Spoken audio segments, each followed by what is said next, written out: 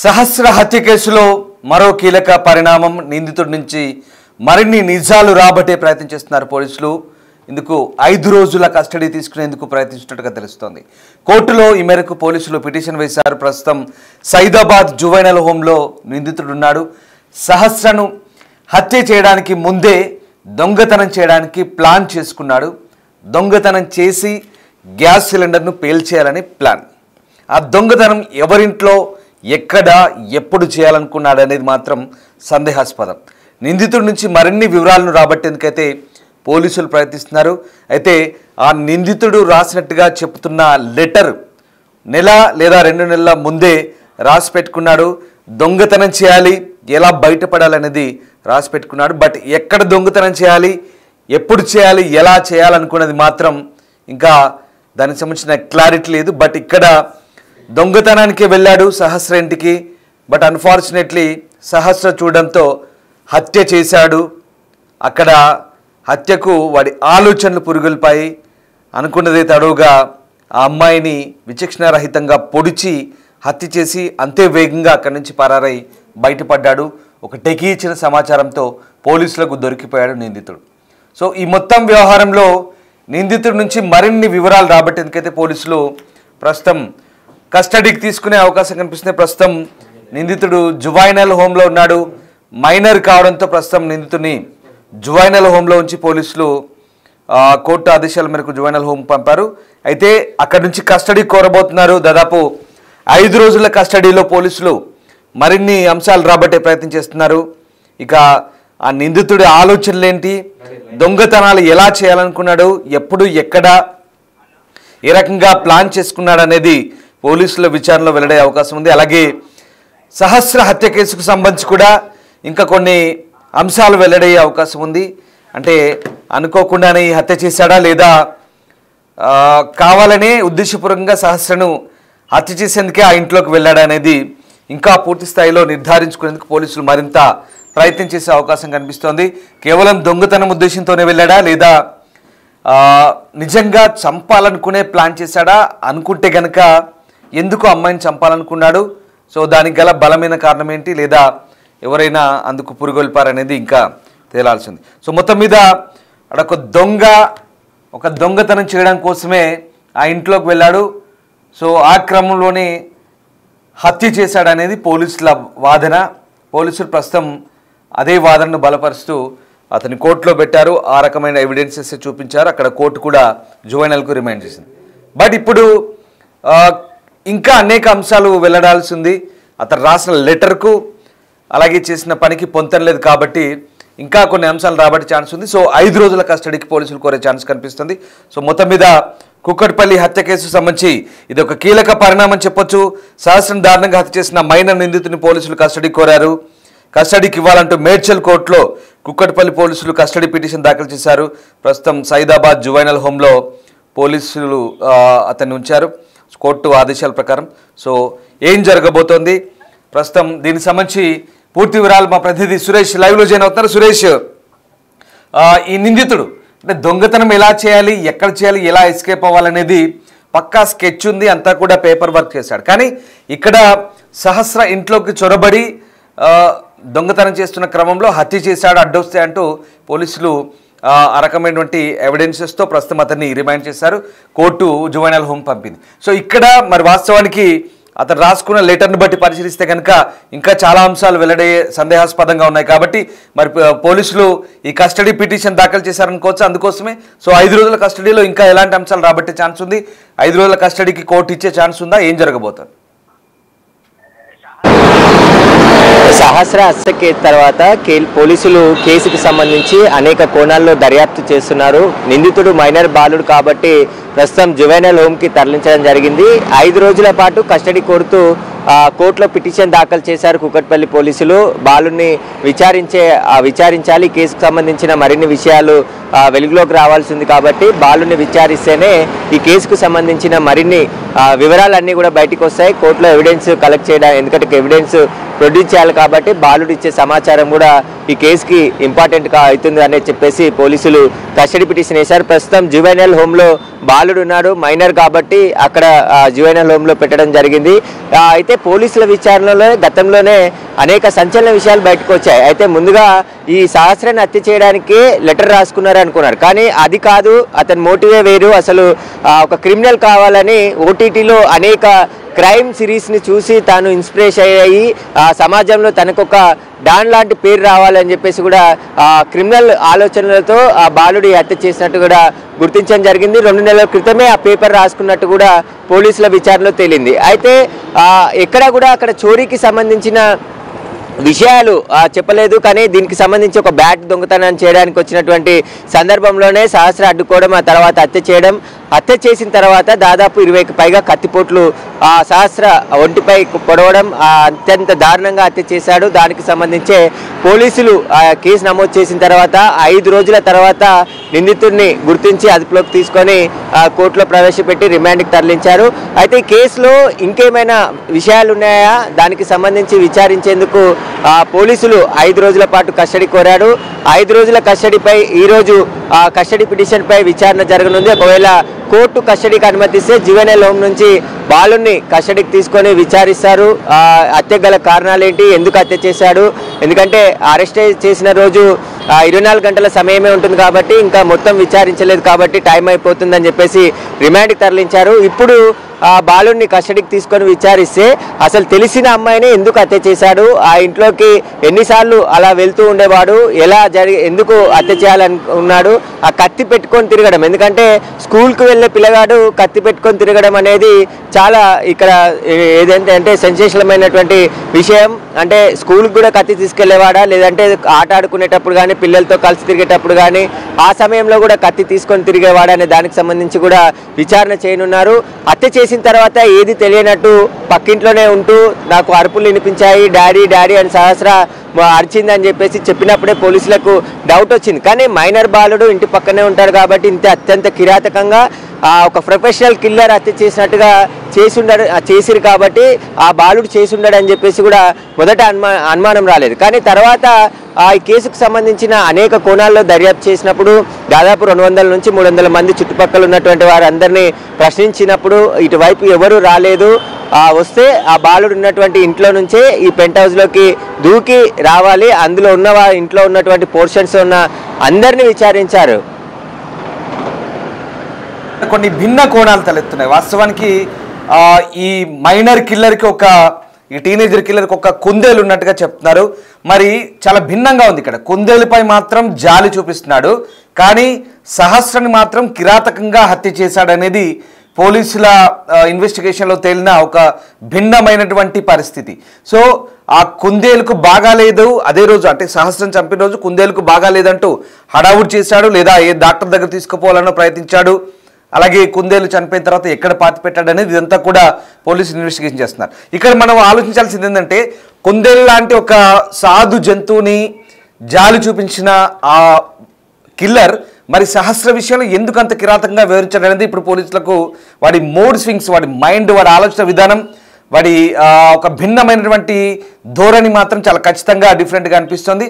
So ఆ రకంగా పోలీసులు ఇప్పుడు ఈ కస్టడీ అంశంలో ఇవన్నీ అంశాలు చేర్చే ఛాన్స్ ఉందా? ముఖ్యంగా కస్టడీ కోరిన తర్వాత ఇంకా చాలా లోతుగా ఈ భిన్నమైనటువంటి అంశాల విషయంలో చాలా క్లియర్గా స్పష్టతనివ్వబోతున్నారా? ఖచ్చితంగా, ఎందుకంటే ఈ కేసులో ఉన్న అనుమానాలన్నిటిని కూడా నివృత్తం చేయాలంటే బాలుని కస్టడీకి తీసుకొని విచారిస్తేనే అన్ని విషయాలు బయటకు వస్తాయని చెప్పేసి కూడా పోలీసులు భావిస్తున్నారు. ఉన్న సమయంలో విచారణ పూర్తి కాలేదు కాబట్టి ఛార్జ్షీట్ దాఖలు చేయాలి, హత్యకు సంబంధించిన ఆధారాలన్నీ సేకరించాలి, బాలుడికి సంబంధించి స్టేట్మెంట్ కూడా రికార్డ్ చేసి అసలు హత్యకు మెయిన్ కారణాలు ఏంటి, హత్య చేయడానికి కారణాలకు సంబంధించి, అదేవిధంగా తన వెంట వాడుతున్న కత్తితోనే హత్య చేశాడా, ఇంట్లో ఉన్న మరో కత్తితోనే ఏమైనా హత్య చేశాడా, హత్య చేసిన తర్వాత ఎక్కడెక్కడ తిరిగాడు, ఎవరెవరిని కలిశాడు, అంతకుముందు ఎవరెవరిని కలిశాడు, వాటన్నిటికి సంబంధించిన సమాచారం కోసమే ఇప్పుడు కస్టడీ కోరారు. అతనికి సంబంధించిన మానసిక స్థితి గురించి కూడా పోలీసులు ఎవరైతే మానసిక వైద్యులు ఉంటారో వారి చేత కూడా అతని మానసిక పరిస్థితి ఏ విధంగా ఉంది, ఎందుకు ఇలా తయారయ్యాడు, మైనర్ బాలుడుగా ఉన్న అంటే ఒక 10th క్లాస్ చదివే స్టూడెంట్ ఇంత కిరాతకంగా హత్య చేయడం అంటే ఎవరైనా పగ పెంచుకొని ఏదైనా కోపంతోనే హత్య చేయొచ్చు, కానీ చోరీ చేయాలి, నేను ఒక డాన్ని కావాలి, నేను క్రిమినల్ కావాలని చెప్పేసి కూడా అతను ఇలా ఆలోచించి పక్క ఇంటిలో ఉన్నటువంటి సహస్ర తమ్ముడితోనే కలిసి తిరిగేవాడు, కలిసి ఆడుకునేవాడు. అలాంటిది వాళ్ళ ఇంట్లో పరిచయం ఉన్నటువంటి అమ్మాయినే ఇంత దారుణంగా ఎందుకు హత్య చేశాడనే దానికి సంబంధించి కూడా సమాచారం రాబట్టే ప్రయత్నం చేస్తున్నారు. ఇక కుందేలు విషయానికి సంబంధించి కూడా పోలీసుల దర్యాప్తులో తేలాల్సింది. అసలు ఏం జరిగింది, ఎక్కడికి తీసుకెళ్లాడు, ఎప్పటి నుండి పెంచుకుంటున్నాడు, దాన్ని ఎక్కడి నుండి కొనుగోలు చేశాడు, వాటన్నిటికీ సంబంధించిన సమాచారం సేకరించడం కోసమే ఇప్పుడు పోలీసులు కస్టడీ కోరడం జరిగింది. ఈ రోజు కస్టడీ పిటిషన్పై విచారణ జరిగి కస్టడీకి అనుమతిస్తే ఖచ్చితంగా 5 రోజుల లేదంటే 3 రోజుల ఎన్ని రోజులు కస్టడీకి అనుమతిస్తే అన్ని రోజుల పాటు మైనర్ బాలుడిని కస్టడీలో విచారించి కేసుకు సంబంధించి అనేక అంశాలు ఇంకా తెలుసుకోవాల్సిన అవసరం ఉంది పోలీసులకు. కాబట్టి వాటికి సంబంధించిన పూర్తి ఆధారాలు కూడా సేకరించాలి. ఛార్జ్షీట్ దాఖలు చేయాలంటే ఈ హత్య కారణాలు ఏంటి, హత్యకు వాడిన కత్తి ఎక్కడిది, ఇంకా బాలునికి సంబంధించిన సీన్ రీకన్స్ట్రక్షన్ చేసి అక్కడ ఎలా హత్య చేశాడు, ఇప్పటికే క్లూ సీన్ ద్వారా అనేక ఆధారాలు సేకరించడం జరిగింది. ఫింగర్ ప్రింట్స్ కూడా అక్కడ తీసుకున్నారు. ఆ బాబు ఫింగర్ ప్రింట్సే ఉన్నాయా, ఇంకా వేరే వాళ్ళు ఎవరైనా రూమ్లో ఫింగర్ ప్రింట్స్ ఉన్నాయా, వాటన్నిటికి సంబంధించి కూడా ఇప్పటికే ఫోరెన్సిక్ ల్యాబ్కు కూడా అక్కడ ఉన్నటువంటి ఆధారాలన్నిటిని కూడా పంపించడం జరిగింది. అటువైపు నుంచి ఫోరెన్సిక్ ల్యాబ్ నుంచి కూడా వచ్చే రిపోర్ట్ ఆధారంగా బాలుని కస్టడీలో విచారిస్తే మరిన్ని విషయాలు బయటకు వచ్చే అవకాశం కనబడుతుంది. క్రిమినల్గా మారడానికి ఓటీటీ సిరీసే కారణమా లేదంటే ఇంకా ఇతర కారణాలు ఏమైనా ఉన్నాయా, వాటన్నిటికి సంబంధించి పోలీసులు దర్యాప్తు చేసే అవకాశం కనబడుతుంది. అంటే 10th క్లాస్ చదివే అబ్బాయి ఒకవైపు ఒక కుందేళ్ళు చదువుకుంటూ మరోవైపు అలాంటి చిన్న అమ్మాయిని హత్య చేశాడంటేనే షాక్కు గురయ్యారు చుట్టుపక్కల వాళ్ళంతా కూడా. ఒక భయాందోళనకు గురైన పరిస్థితి. బాలుడు మళ్ళీ 4 రోజుల పాటు ఇంటి పక్కనే ఉండడం, అందరితో కలిసిమెలిసి తిరగడం, ఏది జరగనట్టు అంటే ఏదైనా ఘటన జరిగిన తర్వాత ఎవరైనా భయపడతారు. చిన్న యాక్సిడెంట్ కానీ చిన్న చోరీ జరిగినా కూడా ఎక్కడ దొరికిపోతామనే భయంతో తిరుగుతూ ఉంటారు. కానీ అలాంటిది ఏదీ లేకుండా చాలా జనరల్గా అంటే రోజు ఎలా తిరుగుతాడో యాక్టివిటీగా అలానే తిరగడం, ఎలా అక్కడ కూడా పోలీసులకు అనుమానం రాకపోవడం, ఇదంతా కూడా ఎట్లా తయారయ్యాడనే దానికి సంబంధించి ఇప్పుడు పోలీసులు దర్యాప్తు జరగబోతుంది. ఖచ్చితంగా కస్టడీకి కోర్టు అనుమతిస్తే జువెనైల్ హోమ్ నుంచి ఆ మైనర్ నిందితుడిని అదుపులోకి తీసుకొని విచారిస్తే ఇంకా ఎలాంటి విషయాలు బయటకు వస్తాయి. ఆ బాలుడు వాడే సెల్ ఫోన్ కూడా ఇప్పటికే పోలీసులు పిటిషన్ వేసినట్టుగా తెలుస్తుంది. సో రిమాండ్ పిటిషన్ పై ఎలాంటి వాదన జరిగే ఛాన్స్ ఉంది, ముఖ్యంగా కస్టడీ పిటిషన్ సంబంధించి. సో పోలీసులు కస్టడీ కోరితే కోర్టు ఖచ్చితంగా అది అనుమతించే ఛాన్స్ ఉందనుకోవచ్చా ఈ కేసు సంబంధించి? ఖచ్చితంగా, ఎందుకంటే కేసులో నిందితులను రిమాండ్ చేసిన తర్వాత కేసు విచారణ కోసం కస్టడీ కోరుతారు, కస్టడీకి అనుమతిస్తుంది. కాకపోతే వాళ్ళు అడిగినన్ని రోజులు కాకుండా కేసుకు అవసరమైనన్ని రోజులు 3 రోజులు లేదా 2 రోజులు అనుమతించవచ్చు. మైనర్ బాలుడు కాబట్టి కొన్ని రూల్స్ అండ్ కండిషన్స్ ఉంటాయి కాబట్టి జువెనైల్ హోమ్లోనే కస్టడీలో విచారించమంటారా లేదంటే పోలీస్ స్టేషన్కే తీసుకెళ్లి విచారిస్తారా అనేది కూడా కోర్టు నిర్ణయం ఉంటుంది. కోర్టు నిర్ణయం మేరకు పోలీసులు ముందుకు వెళ్లే అవకాశం కనబడుతుంది. ఏ కేసులోనైనా అంటే మర్డర్ కేసు కావచ్చు, ఎలాంటి క్రిమినల్ యాక్టివిటీ కేసులు, లేదంటే కొన్ని అంటే ఇంకా విచారణకి తీసుకోవాల్సిన మెటీరియల్ కానీ అతన్ని విచారిస్తే కొంత సమాచారం వస్తుందన్న సందర్భంలోనే కస్టడీ కోరుతారు. కాబట్టి కస్టడీకి ఈ హత్యకు సంబంధించిన అనుమానాలు చాలా ఉన్నాయి. ఎందుకంటే సమాజంలో సంచలనం రేపింది ఈ హత్య. అసలు హత్య ఎందుకు చేశాడు, బాబు క్రూరంగా మారడానికి ఎలాంటి కారణాలు ఉన్నాయి, వాటన్నిటికి సంబంధించిన దర్యాప్తు చేయాలి. కాబట్టి ఆ ఛార్జ్షీట్లో కూడా, ఎందుకంటే కేసు నమోదు అయిన తర్వాత 3 నెలల తర్వాత ఛార్జ్షీట్ కూడా కోర్టులో దాఖలు చేయాల్సి ఉంటుంది. కాబట్టి ఆ ఛార్జ్షీట్కి కావాల్సినటువంటి ఆధారాలు విషయాలను అన్నిటిని కూడా సమగ్రంగా దర్యాప్తు చేయడానికి బాలుని కస్టడీకి తీసుకుంటాను. ఎందుకంటే హత్య చేసింది తను ఒక్కడే ఉన్నాడని చెప్తున్నాడు ఆ సమయంలో. కాబట్టి అతను చెప్తేనే ఇంకా మరిన్ని విషయాలు బయటకు వచ్చే అవకాశం ఉంటుంది. కాబట్టి ఆ సందర్భంలోనే ఇప్పుడు కస్టడీ పిటిషన్ వేయడం జరిగింది. ఈ రోజు కస్టడీ పిటిషన్ పై మరి కాసేపట్లోనే విచారణ జరగనుంది. పోలీసులు కూడా దీనికి సంబంధించిన పూర్తి కౌంటర్ అంటే ఏదైతే పిటిషన్ రూపంలో కోర్టు దృష్టికి తీసుకొని వెళ్ళడం జరిగింది. కాబట్టి కస్టడీకి ఇచ్చే అవకాశాలే చాలా ఎక్కువగా ఉంటాయి. ఖచ్చితంగా జువెనైల్ హోమ్లోనే బాబుని విచారిస్తారా లేదంటే పోలీస్ స్టేషన్ తీసుకెళ్లి విచారిస్తారా, ఒకవేళ కోర్టు అనుమతిస్తే ఖచ్చితంగా మరిన్ని సంచలన విషయాలు కూడా బయటకు వచ్చే అవకాశం ఉన్నాయి. బాలుడు ఫోన్ను కూడా ఫోరెన్సిక్ ల్యాబ్ పంపిన తరుణంలో అక్కడ వందల వీడియోలు ఓటీటీకి సంబంధించిన క్రైమ్ కంటెంట్కి సంబంధించిన వీడియోలు చూసినట్టుగా యూట్యూబ్ హిస్టరీలో కూడా పోలీసులు గుర్తించడం జరిగింది. కాబట్టి తల్లిదండ్రులు కూడా ఆ పిల్లల కదలికల పైన కానీ ప్రవర్తన పైన కానీ ఖచ్చితంగా నిఘా ఉంచాలి. ఏదైనా తేడా వస్తే ఖచ్చితంగా హాస్పిటల్కి చూపించాలి అని చెప్పేసి కూడా పోలీసులు మానసిక వైద్యులు కూడా సూచనలు చేస్తున్నారు. ఈ కేసులో మాత్రం ఇంకా బాబుని విచారిస్తే మరిన్ని విషయాలు బయటకు వచ్చే అవకాశం కనబడుతుంది. మొత్తం మీద సహస్ర హత్య కేసు హైదరాబాద్ని ఉలిక్కిపడేలా చేసింది. ఒక్కసారిగా 10వ తరగతి బాలుడు ఈ హత్య చేయడం సంచలనంగా మారింది. అయితే ఈ టీనేజర్ కిల్లర్ పోలీసులను తప్పుదారి పట్టించడానికి చాలా గట్టిగానే ప్రయత్నించాడు. ఇక వీడిని విచారిస్తున్న క్రమంలో చాలా భిన్నమైన కోణాలు బయటపడ్డాయి. వాస్తవంగా వీడికి కుందేలంటే ఇష్టం. మరి సాధువుగా ఉండే సాధు జంతువుగా ఉండే ఆ కుందేల్ని పెంచడానికి వీడి దగ్గర డబ్బులు ఎక్కడివి? తల్లిదండ్రులు ఆర్థిక కష్టాల్లో ఉన్నారని బ్యాట్ కొనివ్వమని అడగలేని స్థితిలోనే వీడు దొంగతనం చేశాడు అనుకుందాం. మరి ఆ కుందేల్ని పెంచడానికి డబ్బులు ఎక్కడివి? ఇంకొక భిన్నమైన కోణం, అంత సుకుమారమైనటువంటి అతి చిన్నదైనటువంటి ఆ కుందేలు పిల్లని పెంచుకోవడానికి ఇష్టపడి అంత సౌమ్యంగా ఆలోచించే ఆ టీనేజర్ సహస్ర విషయంలో ఎందుకు అంత కిరాతంగా వివరించినట్టు? కుందేలుపై ప్రేమ చూపిన జాలి చూపిన ఈ టీనేజర్ సహస్ర విషయంలో అత్యంత పాశవికంగా వ్యవహరించాడు. కిరాతకంగా పొడిచి చంపాడు. ఇదొక భిన్నమైన కోణం. నిజంగా అదే రోజు సహస్రం చంపిన రోజే కుందేలు కూడా చనిపోయినట్టుగా చెప్తున్నారు. కుందేలుకు బాగా లేదని నానా తర్జన భర్జన పడ్డట్టు కూడా తెలుస్తోంది. కుందేలుకు బాగా లేదని బాగా టెన్షన్ పడ్డాడంట. కుందేలుకు బాగా లేదని టెన్షన్ పడ్డాడు ఒక అమ్మాయిని మాత్రం అంత కిరాతకంగా పాశవికంగా అమానుషంగా పొడిచి చంపాడు. ఇదొక భిన్నమైన కోణం వీడిలో. అసలు వీడి ఆలోచన ధోరణి ఏంటి, వీడి ఈ ఆలోచనలకు కారణం ఏంటి అనేది పోలీసులు ఇంకా ఆరా తీసేందుకే ఇప్పుడు ఈ కస్టడీ కోరబోతున్నారు. ఇప్పుడు వీడు సైదాబాద్ జువెనల్ హోమ్లో ఉన్నాడు. 5 రోజుల కస్టడీ కోసం పిటిషన్ వేశారు మేడ్చల్ కోర్టులో కూకట్పల్లి పోలీసులు.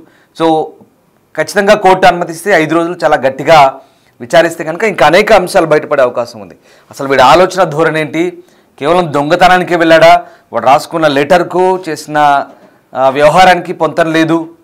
అన్ఫార్చునేట్లీ ఇది హత్య జరిగింది అనుకోకుండా దొంగతనానికి వెళ్ళి సహస్ర చూడడంతో సహస్రను హతమార్చడం ఇదంతా జరిగింది. ఇది పోలీసుల చెప్తున్న అంశాల పరంగా మీకు చెప్తున్నాను. సో దాని ఆధారంగానే పోలీసులు మళ్ళీ విచారిస్తున్నారు. అంటే వీడు నిజంగానే పక్కా దొంగతనం చేయడానికి వెళ్ళాడా లేక ఇంకేదైనా ఉందా? ఎందుకంటే పోలీసులను కూడా బురిడి కొట్టించే ప్రయత్నం చేశాడు ఈ టీనేజర్. సో ఇవన్నీ కూడా ఇంకా చాలా డౌట్లు ఉన్నాయి పోలీసులకు. అవన్నీ కూడా సార్ట్అవుట్ చేసుకోవడానికి, అవన్నీ కూడా క్లియర్ చేసుకోవడానికి పోలీసులు మళ్ళీ కస్టడీ కోరుతున్నారు.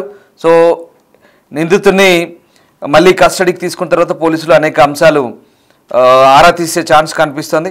సో మొత్తం బ్యాట్ దొంగతనం కోసం వెళ్ళిన నిందితుడు ఆ బాలిక చూడడంతో ఆమెని దారుణంగా హతమార్చాడు. సో హతమార్చిన తర్వాత మళ్ళీ ఏమీ తెలియనట్టు అక్కడే 2-3 రోజుల పాటు దాదాపు 5 రోజులు పట్టింది వాడిని వెతకడానికి. సో 5 రోజుల్లో 5వ రోజు అంటే అప్పటికే అనుమానం వచ్చి పోలీసులు 3వ రోజు 2వ రోజు వాడికి సంబంధించిన ఇన్వెస్టిగేషన్ ప్రారంభించారు. సో 5వ రోజు వాడిని అరెస్ట్ చూపించారు. సో ఆ రకంగా ఈ మొత్తం వ్యవహారంలో వీడి వ్యవహార శైలి కూడా చాలా భిన్నంగా ఉంది, ఆలోచన విధానం భిన్నంగా ఉంది. వాడి ఫోన్లో ఈ ఓటీటీ వీడియోలు ఉన్నాయి, క్రైమ్ వీడియోస్ ఉన్నాయి, వందలాది వీడియోలు, 1 కాదు 2 కాదు. అంతేకాదు గతంలో మొబైల్ దొంగతనం చేశాడంటున్నారు. అలాగే జేబులో కత్తి పెట్టి తిరిగేవాడంటున్నారు, చిన్నపాటి కత్తి పెట్టుకొని. 10th class student. సో ఒక 10th క్లాస్ స్టూడెంట్కి ఇన్ని భిన్నమైన కోణాలు, ఇన్ని రకాల ఆలోచనలు వరిసి ఇక్కడ మళ్ళీ మనం పాయింట్అవుట్ చేయాల్సి వస్తే తల్లిదండ్రుల గురించి. అంటే వీడు ఏం చేస్తున్నాడు, ఎటు వెళ్తున్నాడు, ఏం చూస్తున్నాడు, ఏం చదువుతున్నాడు, ఏం తింటున్నాడు, ఏం తాగుతున్నాడు, ఎవరితో పోతున్నాడు, ఎక్కడికి వెళ్తున్నాడు, ఏం చేస్తున్నాడు అనేది మాత్రం ఎక్కడా తల్లిదండ్రులు వీడిని పసిగట్టలేని పరిస్థితి. ఎక్కడా వీడి వ్యవహార శైలి గురించి తల్లిదండ్రులు నిఘా పెట్టలేని పరిస్థితి, వాడిని మందలించలేని పరిస్థితి. పోనీ తల్లి కాస్త కూస్త మందలించి వాడిని దారిలో పెట్టే ప్రయత్నం చేసినా అప్పటికి వాడు వినే స్టేజ్లో లేడు. అప్పటికి ఒక ఇండిపెండెంట్గా వ్యవహరిస్తున్నాడు. తండ్రి మాత్రం కొంత తాగుడుకు బానిసే ఉంటున్నాడు అన్నట్టు సమాచారం. సో ఇప్పుడు వాళ్ళని కూడా వీడి వల్ల వాళ్ళు కూడా ఇరికిపోయారు అందరూ అనవసరంగా. వీడి వల్ల వాళ్ళు కూడా ఇబ్బందుల పాలవుతున్న పరిస్థితి. మొత్తం మీద ఈ వ్యవహారంలో వీడి ఆలోచన ధోరణి ఇంత భిన్నంగా తయారవడానికి దారితీసిన పరిస్థితులను మరొకసారి క్షుణ్ణంగా పోలీసులు ఆరా తీసే క్రమం కనిపించే ఛాన్స్ ఉంది మనకి ఇక్కడ. సో 5 రోజుల కస్టడీ పిటిషన్కు కోర్టు దాదాపుగా అనుమతించే ఛాన్స్ కనిపిస్తుంది. మరి కోర్టు ఏం చెప్పబోతుంది, పోలీసుల కస్టడీలో ఇంకా ఎలాంటి అంశాలు బయటపడబోతున్నాయని మాత్రం సహస్ర హత్య కేసు నిందితుడి విషయంలో చాలా ఇంట్రెస్టింగ్గా ఉండబోతున్నాయి. సో ఈ మొత్తం వ్యవహారంలో సహస్ర హత్య కేసు సంబంధించి ఇంకా భిన్నమైన కోణాలు బయటకు వచ్చే ఛాన్స్ లేకపోలేదు.